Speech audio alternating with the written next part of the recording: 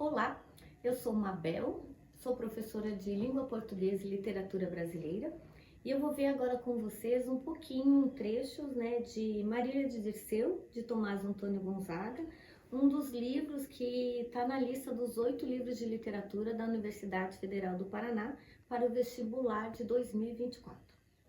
Então, nós vamos começar falando um pouquinho sobre o que é o período literário do arcadismo, né? O arcadismo se contrapõe ao estilo complicado e tortuoso do barroco, abandonando o teocentrismo e optando por uma escrita equilibrada e mais simples. A Arcádia, de onde que vem esse nome, né? Arcadismo, Arcádia. Arcádia era uma morada do deus Tupã, que na mitologia grega antiga, esse deus ele levava o seu gado, suas ovelhinhas, para pastorear nesse monte, né? Nesse lugar lá que é a Arcádia. Os Árcades brasileiros são aqueles poetas mineiros que participaram da Inconfidência Mineira, em Vila Rica, lugar hoje que é a cidade de Rio Preto, de Ouro Preto, né?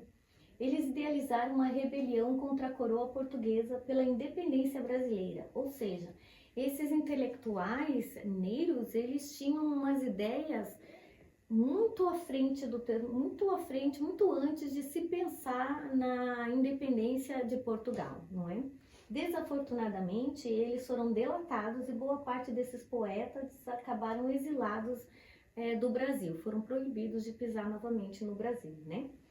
O arcadismo no Brasil começou em 1768 com a publicação de obras poéticas de Cláudio Manuel da Costa. A retórica árcade, né, é todo um jeito diferente de se colocar no poema, né? Como que é? Ele retoma um modo greco-romano de escrita inspirado na poesia de Petrarca, o poeta latino de latim, o poeta latino Petrarca.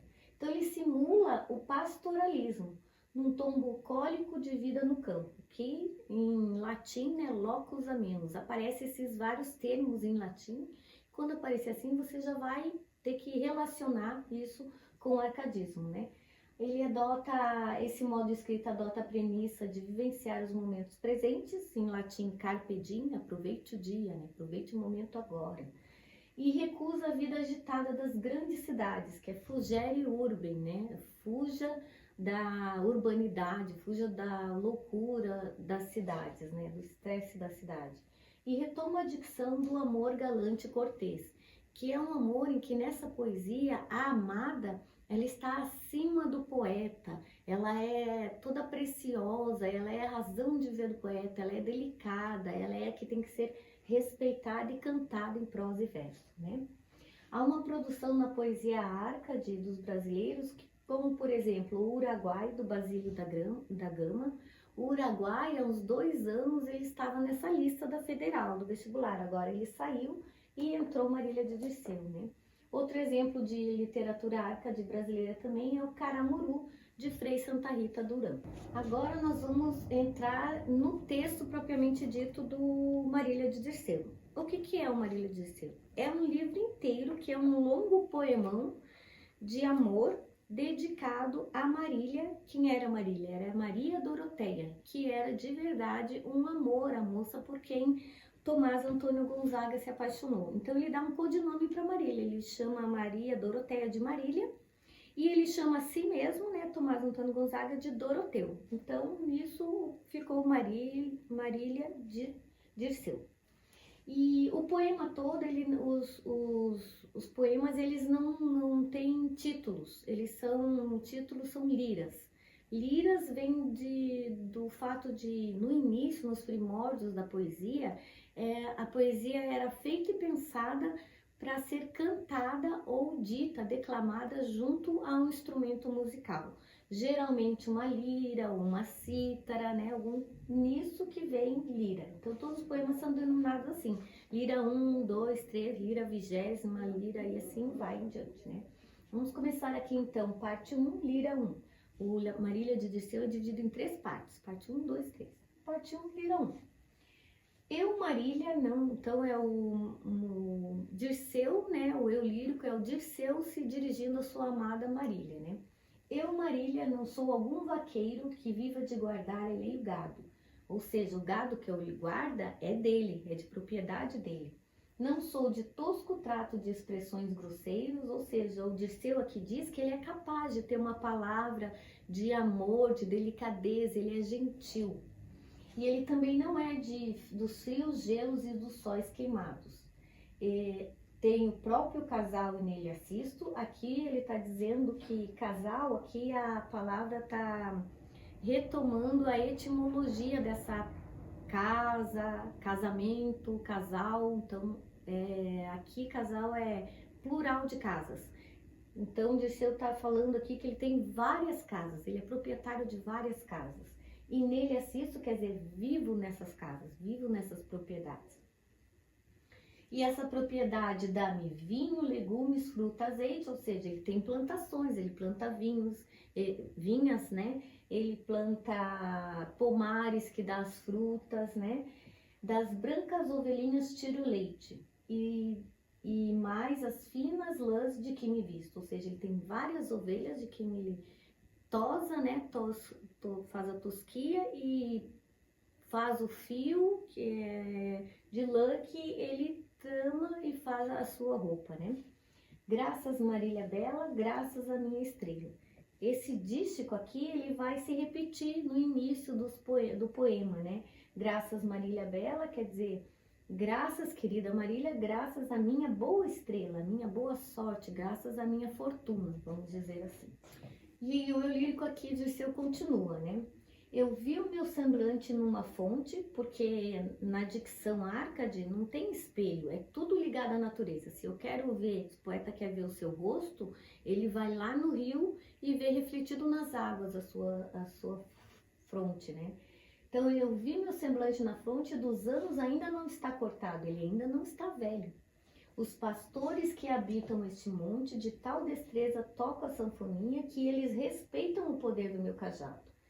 Então, que inveja até me tem o próprio Alceste, ao som dela, da sanfoninha, concerta a voz celeste. Ou seja, quando ele canta, a voz dele é como se fosse a voz dos anjos. Ele tem uma bela voz, ele sabe cantar. Nem canto letra que não seja minha. Também a letra dessa música que o Dirceu canta, ele é o poeta dessas letras, né? Graças Marília Bela, graças à minha estrela, ou seja, graças à minha boa sorte. Mas tendo tantos dotes da aventura, só apreço lhes dou, gentil pastora, depois que o teu afeto me segura. Veja, só aqui na terceira estrofe do poema é que o Dirceu ele vai se referir à pessoa da Marília, né? Primeiro ele fala de todas as vantagens que ele tem. Veja, eu sou poeta, eu tenho essas propriedades e aquelas, eu sei ser gentil, né? Mas aí, aqui nessa terceira estrofe, ele diz: tudo isso que eu tenho, todo esse reino que eu tenho, nada disso terá valor se você, Marília Bela, não me der o seu afeto, né? Que queres que tenho ser senhora? É bom, Marília Bela, ser dono de um rebanho que cubra monte e prado. Porém, gentil pastora, o teu agrado vale mais que um rebanho, mais que um trono. Então, veja, ele diz que tudo isso que eu possuo, né, todas essas propriedades, vale menos do que o teu amor, menos do que o teu agrado, Marília Bela, né? Graças, Marília Bela, graças à minha estrela. Os teus olhos espalham luz divina a quem a luz do sol em vão se atreve. Ou seja, a luz que sai dos olhos da Marília Bela é mais alegre, mais divina e mais maravilhosa do que a própria luz do sol, né? Papoulo rosa delicada e fina, cobre tuas faces que são cor de neve. Ele está descrevendo aqui que a tez, a pele da Marília é delicada como uma flor, né? Como uma pétala de flor. Os teus cabelos são fios de ouro, teu lindo corpo bálsamos vapor, ou seja, ela é perfumada, Marília Bela, sai perfume do corpo dela. Para a glória do amor, tal igual tesouro, graças, Marília Bela, graças à minha estrela. Agora eu vou falar um pouquinho sobre a divisão de Marília de Dirceu. O poema é dividido em 3 partes, né? E disse que as 2 primeiras partes do poema são alegres, são fluídas e casam exatamente com uma dicção da poesia Arcade, né? Porque é solar, é um amor alegre, é um amor que Marília ama ele ama Marília, não há impedimento, não há sofrimento. Então, essas duas partes de Marília de Dirceu. Na terceira parte de Marília de Dirceu, é possível observar no poema uma dicção mais tristonha. E daí isso se explica porque no final do poema, ele já escreveu esse poema já na ilha de Moçambique, né, que é onde ele foi exilado e proibido de pisar novamente em terras brasileiras. Então, para continuar aqui, ó, na lira 6 da terceira parte do poema, eu vou ler para vocês um pedacinho, um texto, para vocês verem como realmente o poema vai ficando mais tristonho. Ao som do pesado ferro, choro triste e degradado, até que o livra do desterro uma poderosa mão. Só eu na minha escura prisão, aonde morrendo vivo não encontro lenitivo na minha dura aflição. No cárcere e no degredo, na doença e na pobreza, eu lá mais tarde ou mais cedo, todos têm consolação. Também eu nesta prisão, aonde morrendo vivo, é Marília o lenitivo da minha dura aflição. Então dá para ver aqui que nesse exemplo desse trecho do poema, ele já une amor e sofrimento, né? Já é um lenitivo, assim, um sofrimento que não tem lenitivo. Então já é uma dicção mais triste, mais se aproximando do romantismo, né? Então esse foi Marília de Dirceu, de Tomás Antônio Gonzaga, e muito obrigada pela atenção.